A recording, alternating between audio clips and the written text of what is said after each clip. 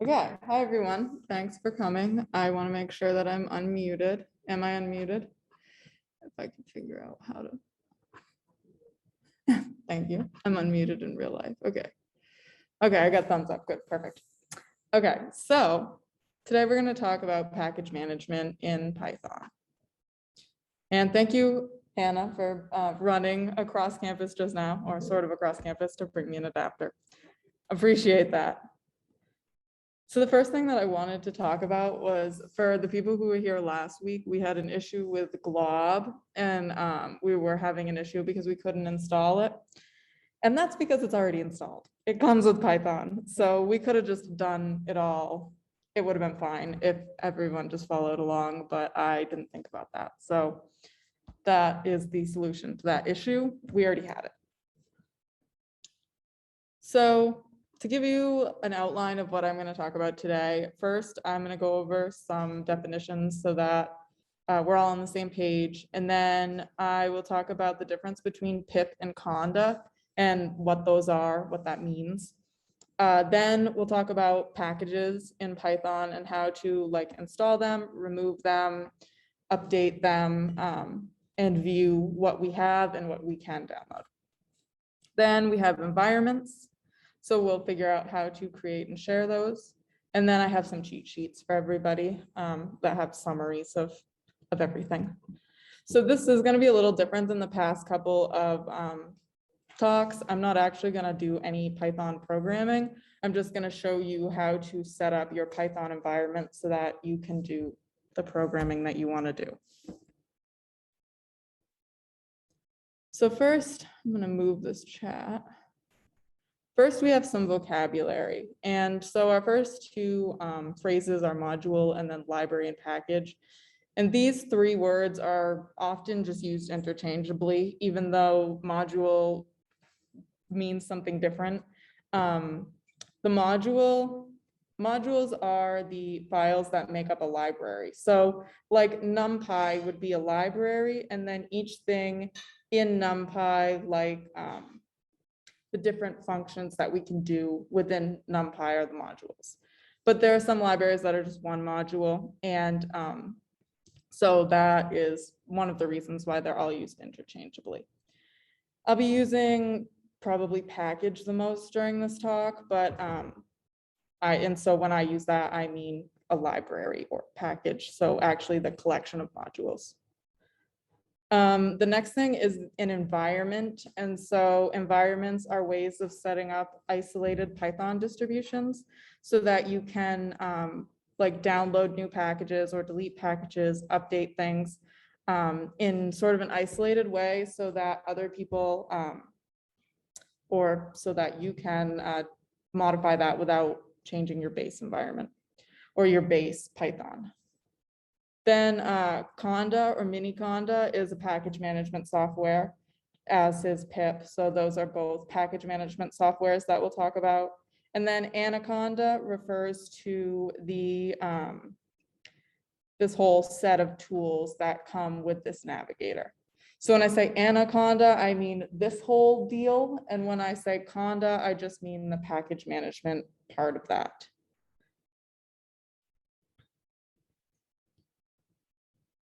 So pip and conda do similar things. They're both package management software, and this is how we can download and update our packages for Python.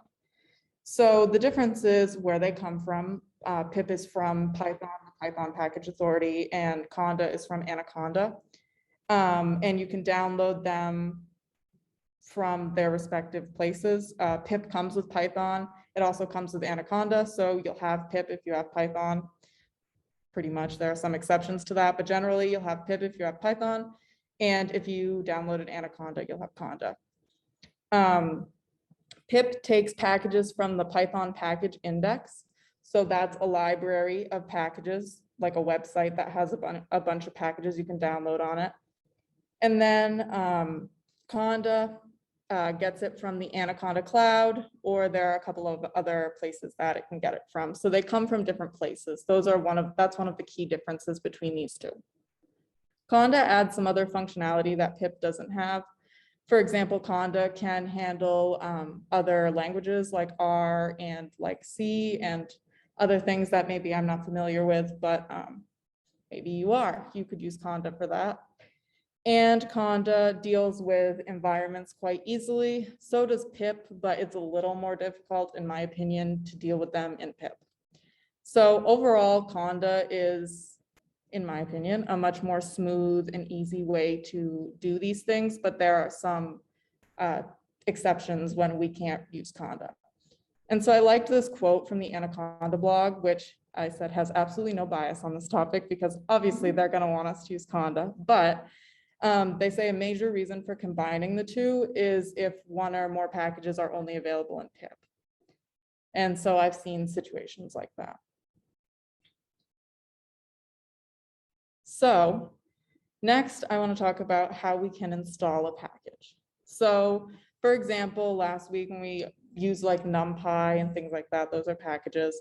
I'm going to be using SciPy as my example package throughout today. So whenever you see SciPy, you would replace that with whatever your package is. And so in Conda, we can type our commands either in, if you have a terminal with bash or whatever, if you're on a Mac, that's what you would use. If you're on a PC, if you have some sort of other way to write in bash, you can do it that way too, but this is all bash code. You can also write this within the Anaconda or within Spider. So if you don't know how to use any of, like if you don't have terminal or if you're on a Windows and don't really understand how to use that, if you launch Spider, you can do a lot of these things in Spider too.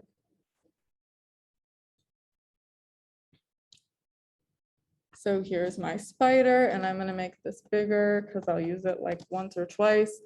But I want to point you to the console area. So this is where you would put these commands because these are not Python commands, so you wouldn't really want to put them in the Python script.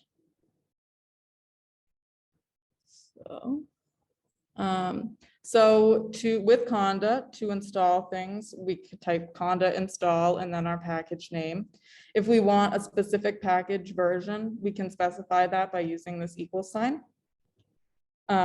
So this would install only SciPy 0.15.0. We can do similar things with pip. With Windows, if you are using a command line, you need this pi-m. On Mac, you need to use Python 3-m. And then use these commands. And so again, we have our libraries or packages here. And we set this one to be that.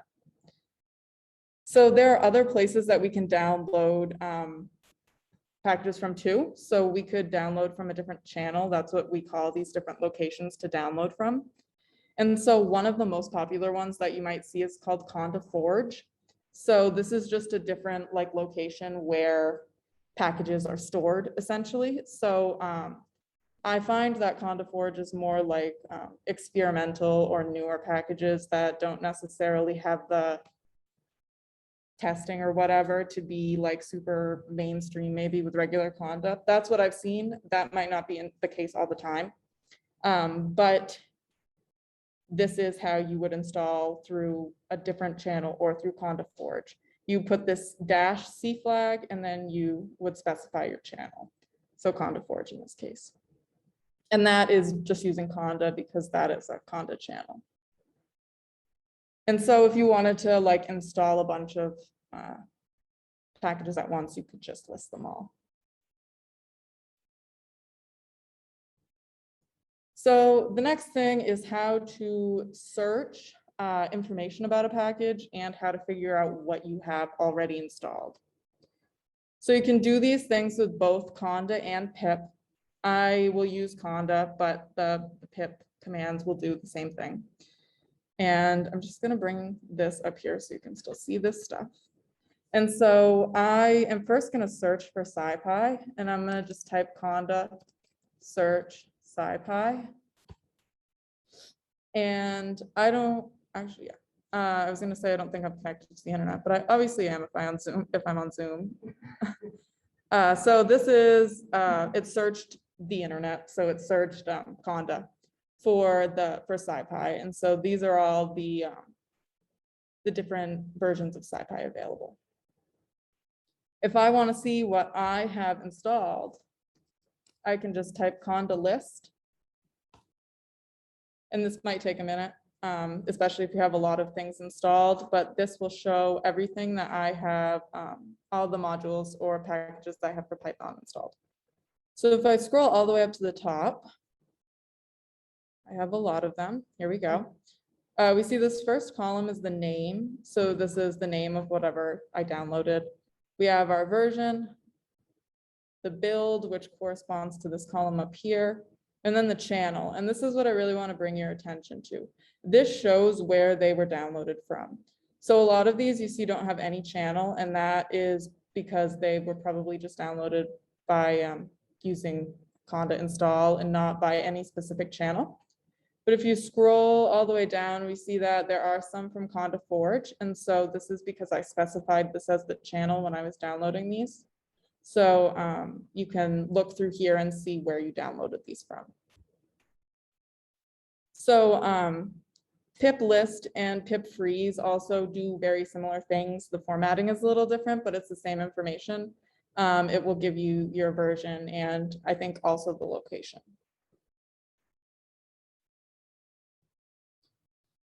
So if you install a package that you don't want, you can remove it simply by doing conda remove and then the package name. You can also remove with pip in a similar way, pip uninstall, because it would be too easy if they were both remove. But these are our two remove commands.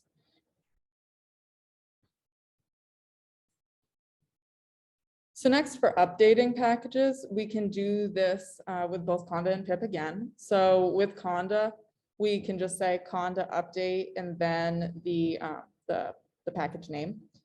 If we want to update a package that we've pinned, which I'll talk about more in a minute, but pinning is when you want to keep a package at a specific version. So you don't want it to update or you don't want it to the updates to exceed a certain version. So if you want to avoid that, like if you have pinned something but you want to update it anyway, this is the flag you would use, the no pin flag.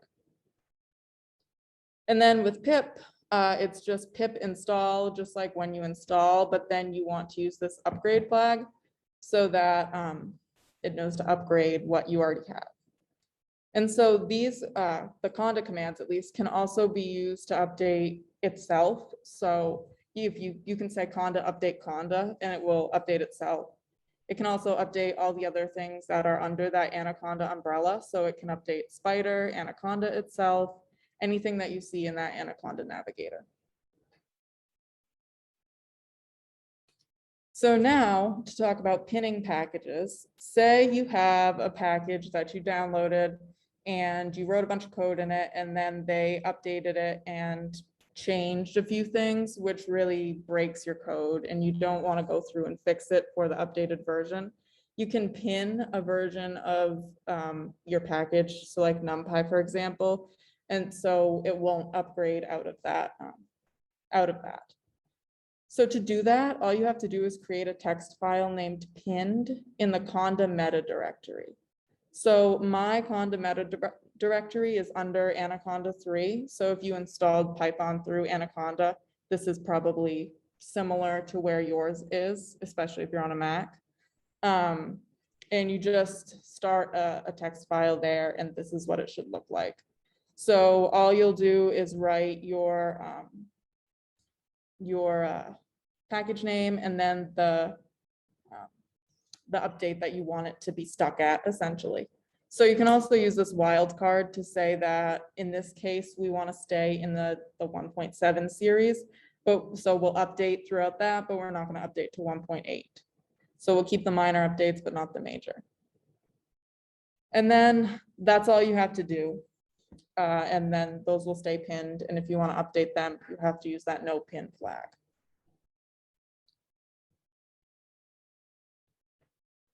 So now I want to switch gears a little bit, not too much, and talk about environments. So everything that I've talked about today, if we do that, it's just going to install or modify those packages on our base environment. But say we want to have multiple different versions of Python with different packages or whatever, and just keep them separately. Or if we want to have an experimental version or something like that, we can create a new environment, and that will stand entirely alone, and you can install whatever you want on that. So this is the easiest, in my opinion, as I said before with Conda. To do this, we would say Conda create -n, and then this is the name of your environment. So if I want to create an environment and I want to specify the version of Python, I don't want the most up-to-date version, I want a previous version, I can do it this way. I can also create environments with pip, and I can do it with this command here, but I can't specify a version of Python to create this environment with. That just isn't recommended to be done within pip. So I'm going to create an environment to show you. I'm going to pull up my terminal here, and I am just going to do these Conda commands. I'm going to do this top one.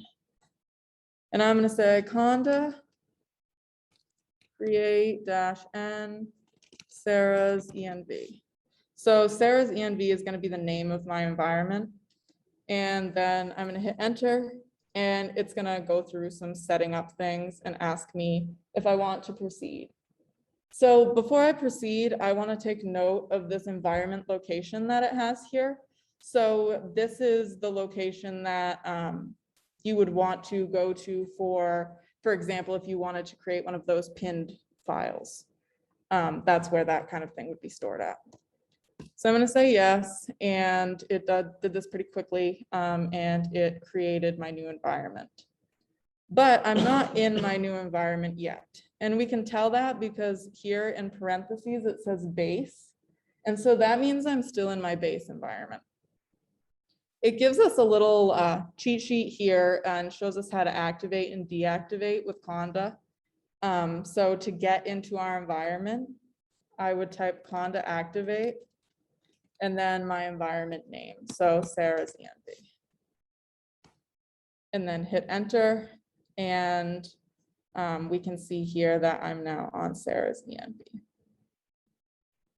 And so now Sarah's env, because I just created it, doesn't have any packages or anything like that. Everything that I've installed on my base is not applied to this environment.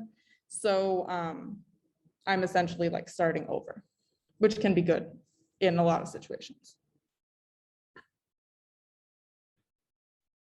So this is what I just showed, how to activate my environment, Conda activate. Sometimes Conda activate doesn't work. That's a newer command within Conda. So sometimes you have to use source activate. So I just put those both here to cover all my bases. And then to deactivate or to get back into our base environment, we would use Conda deactivate. And we can do all of this in pip too. But in pip, there is a script within your environment that is titled activate. And to activate it, you just need to run that. So to do that, all you'd need is to do this command in Windows or this one on the Mac. And then with pip to deactivate, we just type deactivate. So if we want to share environments, we can do that too. Or if we want to specify an environment setup before we actually set it up. So for example, if I have two computers and I'm running a code on one and it has a lot of different modules downloaded, and now I want to run it on a different computer, but I want to make sure that it has the same modules on it as the first computer, I could create one of these set environment documents. And so the way you would do this is you would create a document called environment.yml. And so this is also just a regular text file, and this is what it's going to look like. So you'll have your name up top, and that's the name of your environment that you're creating. And then the dependencies down here are the things that you want to download into that environment. So you can also specify the versions of these. So to create an environment with an environment.yml file, this is the command we would use. So conda env create, just as we did before, but then we have this -f environment.yml. And that's all you need to do. It will create this stats2 environment, and that will be set up for you. Just indicating the file. Yeah, so the Okay. -f is the flag that tells it that you are giving it a file name to look at. That's a good question. So now I just want to show you how you can do this all in a point and click way. And I'm showing you this last because I encourage you to get comfortable and familiar with doing this through the command line, because I don't think this point and click way is as robust as necessarily like doing these things in the command line. But if you open Anaconda Navigator and you click on environments over here, we'll see that I have a list of environments here, but you probably don't. If you created an environment with me, you'll probably see that here. So we have Sarah's ENV, which is what I think what I just created with us. And so I can click on this and it'll take a little while. It also might crash because my Anaconda crashes a lot, so that could happen too. But this will just show a list of the different packages that I have installed. And you can click this drop down to sort by what needs to be updated, what is installed, what's not installed, things like that. You can change the channels it downloads from, so you can add Conda Forge and things like that, and you can search. Down here, we have create, clone if you want to duplicate one of your environments you already have, import and remove.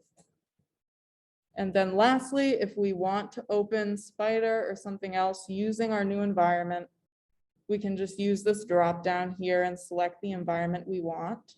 And then I'm on Sarah's environment. So you see that none of this is installed, even though I obviously have Spider installed. We looked at it, right? But it says down here that I need to install it. And that's because there's nothing installed on this Sarah's ENV environment.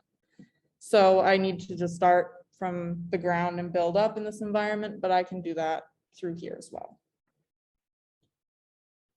And then lastly, I just have this quick summary of commands. I divided it into packages and environments, and I will mail you all this PowerPoint, so you don't need to like take a screenshot or whatever of this, but I just have installing, updating, and removing packages, and then creating, activating, and deactivating environments. And then lastly, I have some cheat sheets for you all for when I actually send this PowerPoint out. And if anyone has any questions, I will take those now.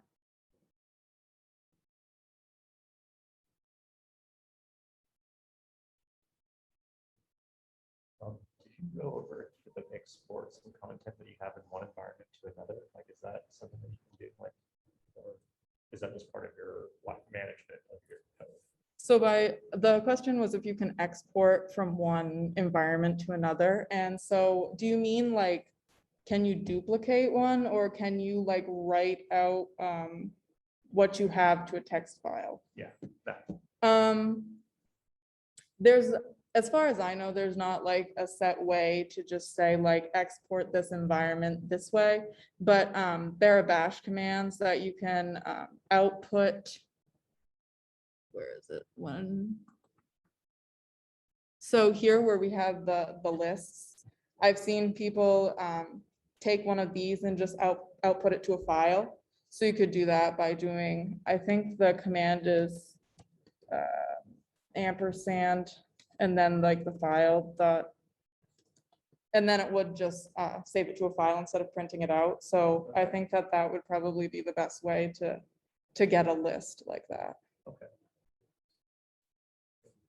Yeah, no problem. Delete that in case it's wrong, but I'll put a note in the speaker notes before I send it out. Hi, Sarah, can you hear me? Yeah. Hi, quick question. So when you're installing a package, so the conda command is a method to install, but whatever environment you're in, whether it be base or an environment you create, so when you use the conda install, you're not installing it into a conda environment, you're installing it in whatever environment you're in using that command, correct? Correct, yeah. So when I have this up, if I were to do one of these install commands right now, it would install into Sarah's environment because I activated that. But if I conda deactivate this, it will just install into the main directory or the main environment. Okay, that was my understanding. That's great. This is really helpful. Thank you. I'm happy to hear that. Thank you.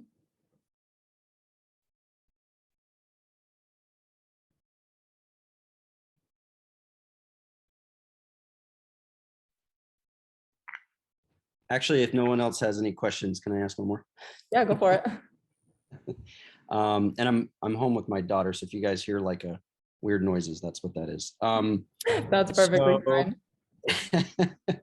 So I'm actually not familiar with the pinned method, so I'm curious to look into that a little more. So one of the reasons I really started looking into conda environments was to ensure that as I'm working on code that throughout my PhD I've found out takes months and months and months and maybe years.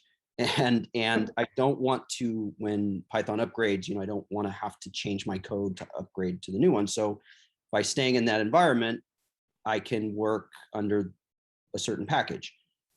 So how does is pinned another just method, or is it a way, should I pin a certain package or a certain upgrade within the environment, or can I just continue working in an environment and just without upgrading, I don't need to deal with anything? Does that make sense? Am I? Yeah, that makes sense. Like essentially, why would we pin? Can we just like not update instead of pinning? That's the question? Yeah, okay. Yeah. Um, I'm trying to figure out the question. That's good. Yeah. I think that would be a fine way to do it. I think that pinning and updating, if you were just updating some of the packages, sometimes dependencies will kind of force updates on other packages. So I think that if you were selectively updating some of your packages, you might want to pin those that are like really necessary to stay at a certain version, just to be sure that none of the other updates messed with that.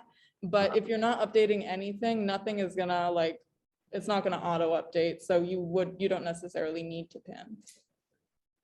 Okay. Does that make sense? Does that answer the question? Yeah, I think so. I'm gonna have to wrap my head around something. I think that I'll play around with that a little bit and see and let you know if I have more questions. Yeah, thanks. Yeah. If you have more questions, definitely shoot me an email and we can talk about it more. Okay. Thank you. No problem.